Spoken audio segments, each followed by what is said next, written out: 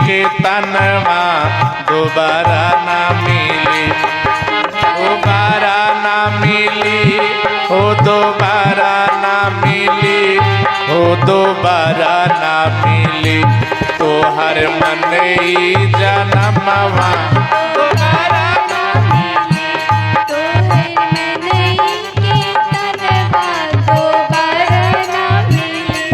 तू करार के दुनिया में आईला, जे बाप जरी वही के भूल गईला। तू करार कई के दुनिया में अइला, जेबा भेजले ओही के भूली गईला। जइबा फिर से तो रही के गुजारा ना मिली, जइबा फिर से तो रही के गुजारा ना मिली। तोहर मनई के तनवा दोबारा ना मिली, तोहर मनई के तनवा दोबारा ना मिली। तोहर मनई जनमवा दोबारा ना मिली, तोहर मनुष्य के तनवा दोबारा ना मिली।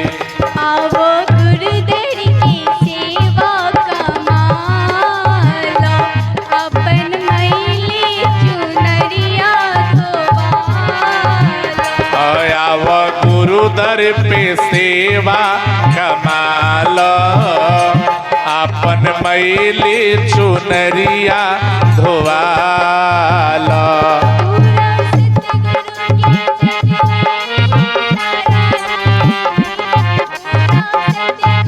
के जगले सारा ना मिली, तोहर मनई के तनवा दोबारा ना मिली।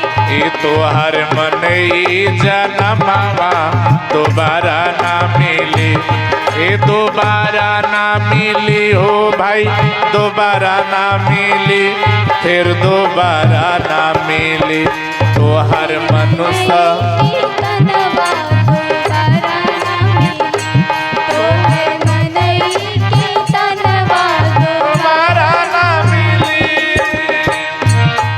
इंसानियत जब इंसान में आई, रूहानियत तब रूह में समाई। इंसानियत जब इंसान में आई, रूहानियत तब रूह में समाई। सतगुरु बिना भव से किनारा ना मिली, सतगुरु बिना भव से किनारा ना मिली, तोहर मनई के तनवा दोबारा ना मिली। ये तोहर मनई के तनवा दोबारा ना ई पाई के राम नाम धान कैलो हरि के भजन, पाके राम नाम धान कैलो हरि के भजन। सतगुरु बिना भव से किनारा ना मिली, सतगुरु बिना भव से एक किनारा ना मिली, तोहर मनई के तनवा दोबारा ना मिली, तोहर मनई के तनवा दोबारा ना मिली। साजन जी प्यार से कहना धन्यवाद। निरंकार जी। ससंगत